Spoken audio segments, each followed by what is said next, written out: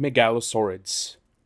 Welcome guys, once again to the channel called Ranking with Dinosaurs, where we rank something called dinosaurs. And today we're going to be keeping on that train of actually tier listing and ranking, dinosaurs.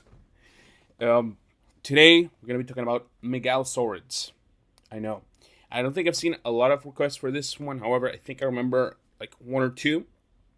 And honestly, Megalosaurids are, we do know them quite a bit, but compared to, I would say, other major groups of theropods, Megalosaurids are still a little bit, I don't want to say on the dark, but much less known than some of the most, popular ones. Just based on, fossil record and all of that in general public knowledge. So today, I got, I believe 6, yeah, I think, 6 genuses of Megalosaurids, where we're gonna rank them and decide which is the best Megalosaurid. So, without further ado, I'm gonna be starting with Megalosaurus. So I'll be starting with Megalosaurus, the Great Lizard. Pretty, self-explanatory name. This is the most famous Megalosaur. Not only is the namesake of the group, Megalosaurids, but it is also the first genus validly named. So this is the first dinosaur that we've technically not discovered, because I'm pretty sure before there were dinosaurs discovered, but we didn't know there were dinosaurs, obviously. But this was the first validly named dinosaur, which, gives a lot of points on the tier list, because, being the first one is very important. This guy's from the Middle Jurassic of southern England. It was discovered in 1824. So, pretty far back. I think last year was the, 200 year anniversary for the Megalosaurus. So that's pretty impressive. By William Buckland. So actually that's the species name, Bucklandii. And, it had a pretty typical theropod build, which is funny because for being the first, the first theropod, the fact that is, the most, by the numbers theropod, makes sense, honestly. Like, in retrospective, it makes a lot of sense. It's not very big, it's not very small, it's like medium-sized. You got a pretty horizontal torso, long, stiff tail, pretty long hind limbs, short forelimbs, but pretty robust, and they were actually pretty strong for being this short. And it had a pretty elongated head as well, which housed blade-like teeth. I'll say Megalosaurus, for being the first one, is actually been through how do I say this? Has been through a lot of not only revisions, because a lot of different Megalosaur species or Megalosaur assigned material has been, assigned their own different genuses and stuff.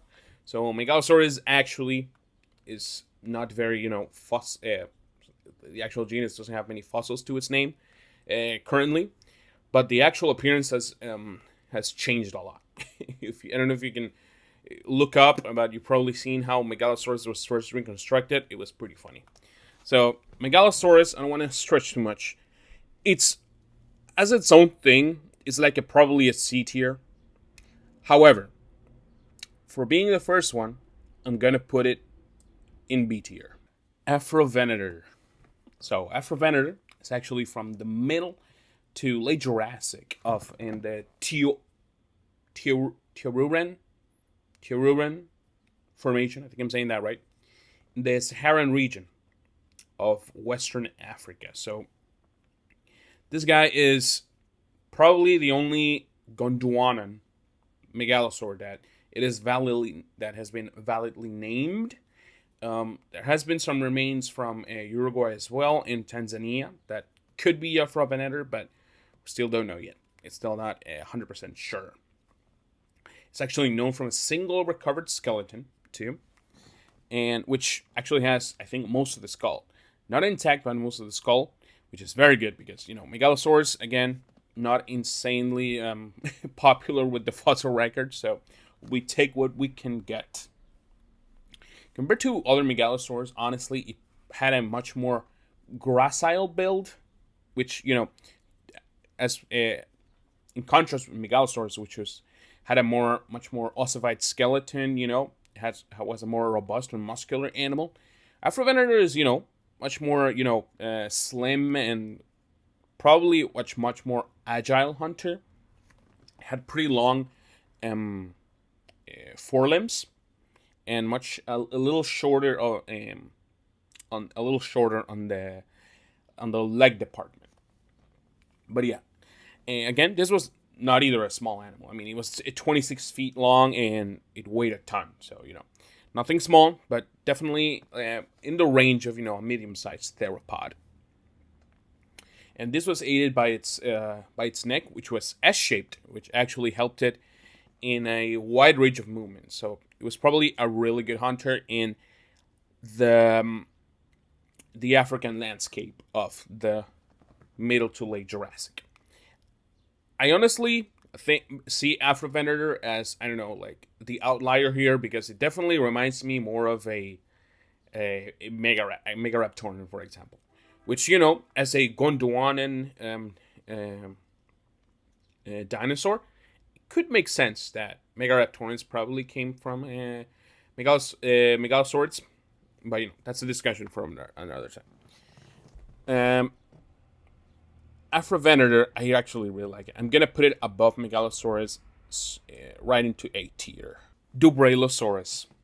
So I hope I'm pronouncing that correctly, because this is the first time I heard about. Well, not the first time, but I heard about this animal a little bit, but very sparingly throughout my Megalosaur knowledge career.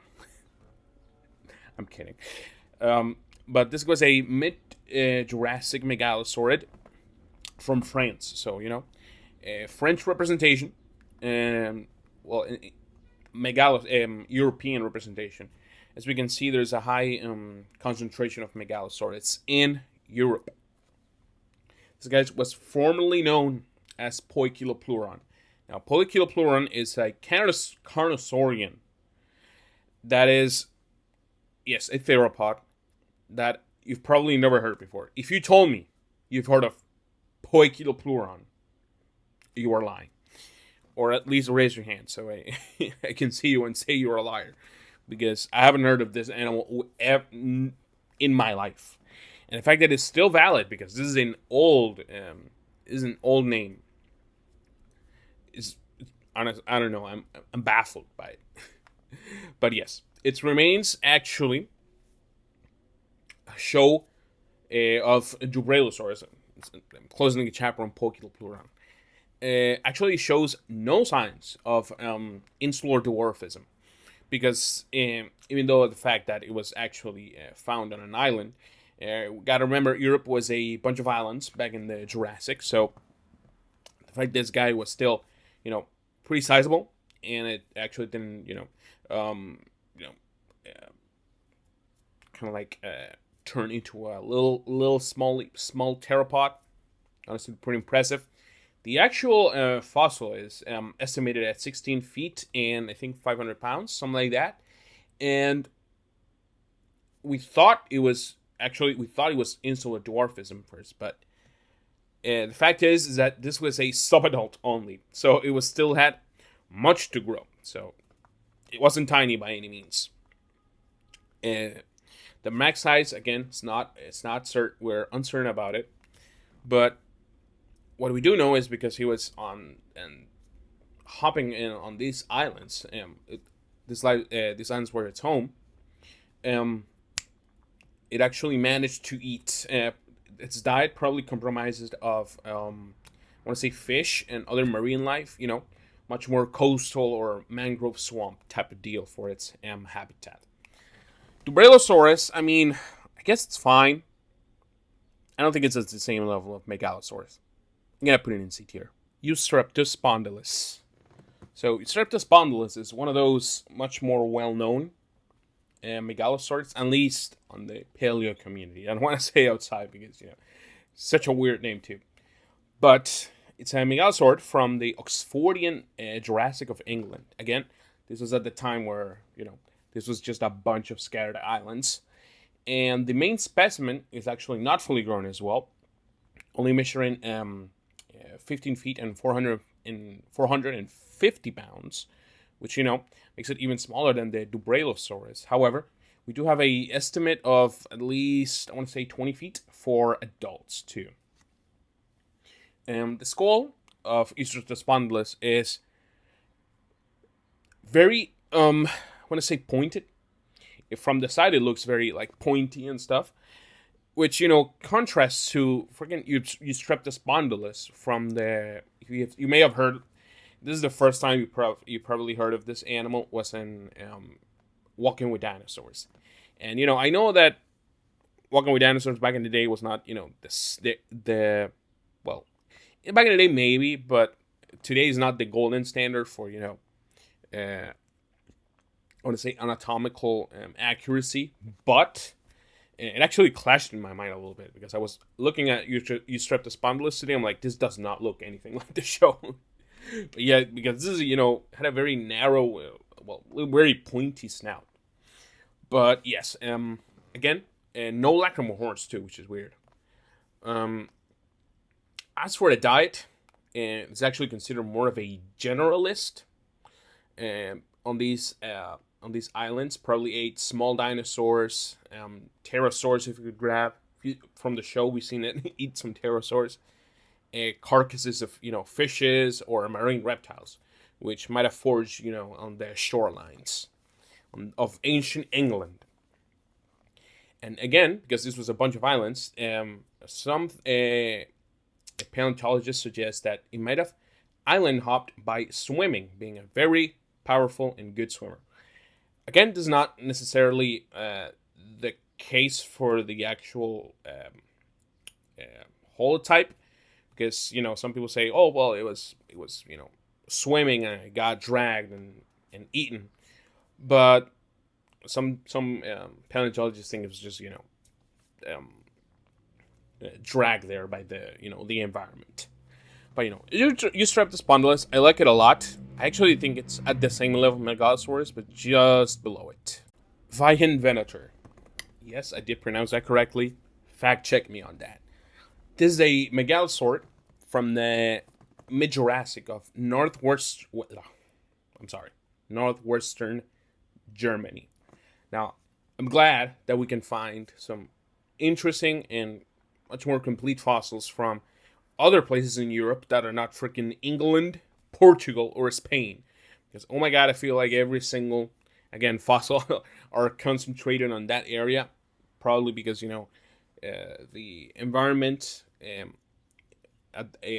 today is much more prone to yield those fossils. But, it's nice to see much more fossils from other parts of Europe. WIEHENVENATOR is a predator and a theropod from this region. Histological analysis actually shows that this was a 9-year-old specimen. Pretty awesome that we know the actual age of some dinosaurs, and suggests that this was a subadult going more towards adult, so a late subadult, almost fully grown, which leaves us with an estimate for adults, only adults, as a 30 feet long animal, which is pretty insane. This rivals some big theropods from the Jurassic. So this is a heavyweight of the megalosaurid family, and one of the biggest known from Europe, and is actually known today as a sister taxon to TORVOSAURUS, which we may be talking about a little later. Which is a another megalosaurid from Europe, and this is a sister taxon, so they were probably they're most closely related. They're more closely related to each other. Again, this same formation where this guy was found is we've actually found some Leopleurodon fossils and some Metriorhynchus fossils too, which again gives to the credibility of this much more coastal environment during the middle to late Jurassic in Europe. So WIEHENVENATOR, I actually really like it. It's awesome looking. It's pretty huge, and I love the name, I have to say. WIEHENVENATOR, I'm gonna put it in A tier, honestly. TORVOSAURUS. So we've come at the end of the tier list, and we got TORVOSAURUS. It's the largest megalosaurid known. It is from the mid to late Jurassic, and has been found in 2 different continents. We have a very good fossil record of this. We got the first one being a TORVOSAURUS tanneri from North America, which is the smaller species. Then we got Gurnii in Europe, being the largest one, and having a length of 33 feet and weighing a little bit more than 5 tons. That is insane for a Jurassic theropod. Again, just to remind you, megatheropods usually were big by the end of the Cretaceous. Well, early to late Cretaceous. But the Jurassic still had some big boys, and TORVOSAURUS is one of them. One of the coolest ones too. It was a very large and robust predatory dinosaur.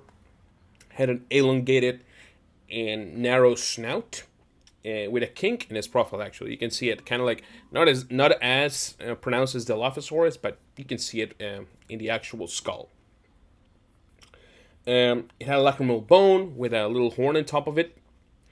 And today, actually, it is widely known to have not only very robust, short, but robust arms, very strong too, but unlike other megalosaurids, this guy today has been portrayed more, with much more shorter legs, and which makes it interesting because this suggests that it had a much different hunting strategy than, for example, other megalosaurs like AFROVENATOR, which had longer legs. AFROVENATOR, no. Like EUSTREPTOSPONDYLUS or Megalosaurus itself. This guy had much more shorter legs. Again, suggesting a different hunting strategy, like probably ambush, I want to say. So it was not like very, fast. It was not built for, like long distance running. It was more for like, little bursts of speed. So TORVOSAURUS, again, this guy, I'm going to give it also gets bonus points because it lived not only in Europe, as I was saying, but the North American species, tanneri, had to live in the Morrison Formation with the likes of Allosaurus, the absolutely insane animal that is Allosaurus, and with Ceratosaurus too. It had to hunt some big game, like, large sauropods, sauropod-filled environment, and Stegosaurus and some Ankylosaurus too. So, I gotta say, TORVOSAURUS, you've seen it before, you've seen it in paleodongamentaries.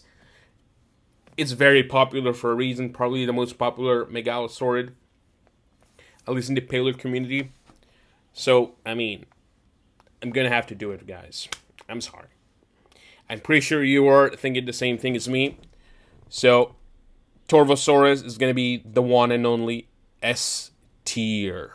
So this is the tier list, guys. Thank you so much for sticking through the entire video. Please let me know in the comments which are your favorite megalosaurus. Which ones did I forget? Because again, I did not put every single megalosaur in this video. Let me know in the comments again too. What would be your ranking? And let me know in the comments too. What are other tier lists that you want me to make? Dinosaur related, but you can go prehistoric or whatever. What are those? I want to thank you. We're almost at 500 subs too. Really appreciate the support, guys. I read every comment you put, so please, how can you help? Like this video, helps a lot. Subscribe, it helps even more. So I will see you guys in the next video.